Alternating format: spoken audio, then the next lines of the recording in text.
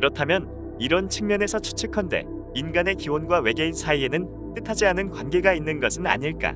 만약 정말로 외계인들이 존재한다면 구인류로부터 단시일 내에 갑자기 호모사피엔스 사피엔스가 나타난 부분에서 외계인들이 개입했다는 가설이 나올 법하지 않은가. 그래서 제기되었던 것이 계획출산설이다. 오소제네스, 영문으로 얼리지네스라고 한다. 이 용어는 고대 그리스어의 오소스, 영문으로 올로즉 올바른, 격에 맞는다 아는 용어와 제네시스, 영문으로 자네시스 출산, 출현 또는 창조라는 용어를 합성하여 만든 것이다. 계획출산이란 어떤 종을 인공적으로 만들어내는 것이다. 이 주장은 영국의 앨런 알포드에 의해 제시되었다. 그에 의하면 호모사피엔스 사피엔스는 자연적인 피조물일 수도 있다는 것이다.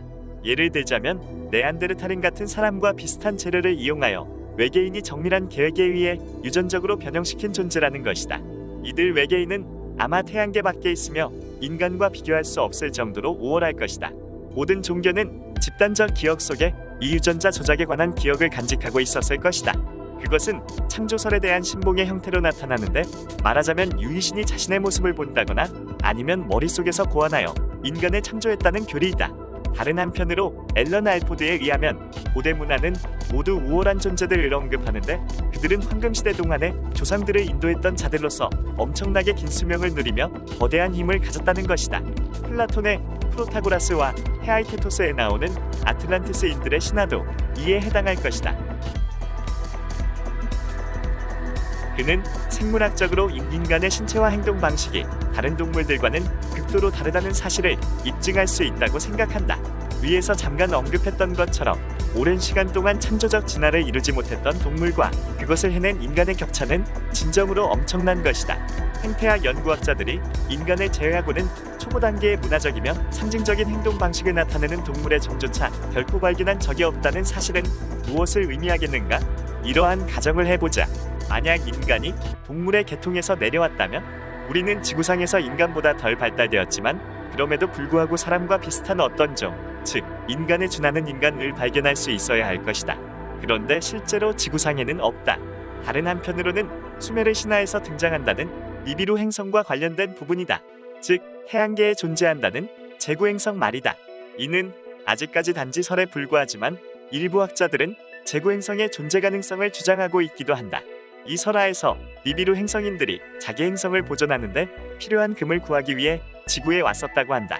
금 채굴 작업에 투입할 인력을 보충하기 위해 이들이 자기들과 유사한 인종을 만든 것이 바로 인간종이다. 라는 주장이다. 처음에는 당나귀와 같이 생식 능력이 없었는데 후에 자신들의 필요에 의해 스스로 생식할 수 있도록 했다고도 한다. 다만 니비루 행성인들이 인간종을 만들기 위해 지구상에 존재하던 생물체, 즉 유인원종 또는 오스트랄로피테쿠스 같은 존재의 유전자 조작을 했을지는 확실하지 않다. 물론 알포드가 다윈주의자인 것은 사실이다. 다만 그의 요점은 다음과 같다. 우리 인간은 실로 유전 형질 속에 우리의 사촌인 원숭이와 유사했던 우리 조상들의 유전자를 가지고 있다. 그럼에도 불구하고 우리는 또한 인공, 즉 유전공학 조작의 산물이기도 할 수 있다는 것이다. 그는 한술 더 떠서 우월한 외계인들이 계속 인간을 돕고 있으며 또한 알 수는 없지만 모종의 의도를 가지고 인간을 이끌어간다는 것이다. 특히 과학자들로 하여금 20세기를 수놓은 중요한 발견들을 가능케 한 것도 그 예의 하나라는 것이다. 하지만 인류학계와 고고학계라는 거대한 집단 속에서도 앨런 알포드가 외톨이 신세인 것은 말할 필요도 없다. 상대적이며 절대적인 외계인 백과사전 저자인 기욤 페이에 역시 어쨌든 인간이 유전자 변이의 산물이라는 생각은 인간으로서의 특성이 없어진다는 의미이므로 쉽게 받아들이기 어렵다고 주장하고 있다.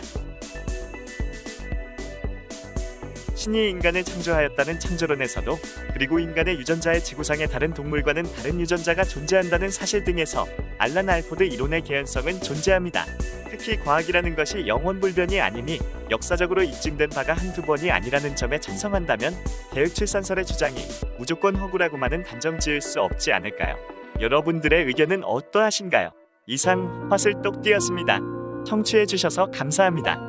오늘 하루도 행운과 행복이 충만한 최고의 날이 되시기를 기원합니다.